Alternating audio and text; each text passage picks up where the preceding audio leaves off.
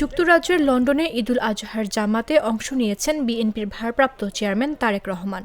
স্থানীয় সময় শুক্রবার সকাল 10:30টায় লন্ডনের কিংস্টন এলাকার কিংস মেডো স্টেডিয়ামে এ নামাজ অনুষ্ঠিত হয়।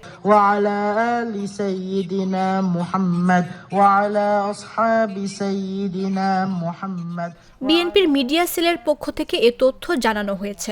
এর আগে লন্ডনে অবস্থিত শত শত বাংলাদেশি ঈদের নামাজ আদায় করতে ওই মাঠে জড়ো হন।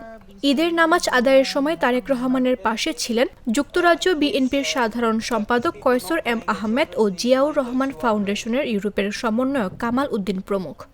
সবাই অনুরোধ করছে যে আপনাদের এই কয়েকজন মিলে একটা পরিবেশটা নষ্ট, দয়া করে চুপ করে বসুন। বিরাট বড় মাঠ, সবার জায়গা হবে, ধাক্কাধাক্কি না করে আরাম করে প্রত্যেকে বসুন, যাতে প্রত্যেকটা মানুষ আরাম করে নামাজটা করতে পারে।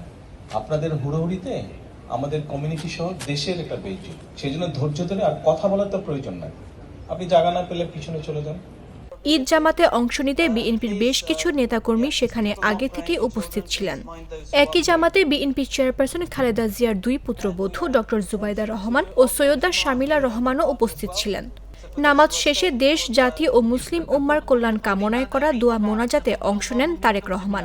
পরে তিনি নেতাকর্মীদের সঙ্গে ঈদ শুভেচ্ছা, কুশল বিনিময় ও কোলাকুলি করেন।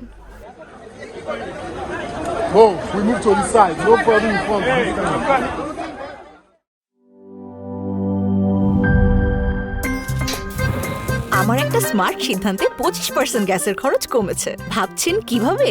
সাধারণ গ্যাস স্টোভ বদলে আমি এনেছি আরএফএল গ্যাস স্টোভ। এর সাইন্টিফিক নজল ও ব্রাস বার্নার ক্যাপ সমানভাবে তাপ ছড়িয়ে রান্না করে দ্রুত, তাই গ্যাসও বাঁচায় 25%, টাকাও বাঁচে 25%। আরএফএল গ্যাস স্টোভ, নিরাপদ ও গ্যাস সাশ্রয়ী।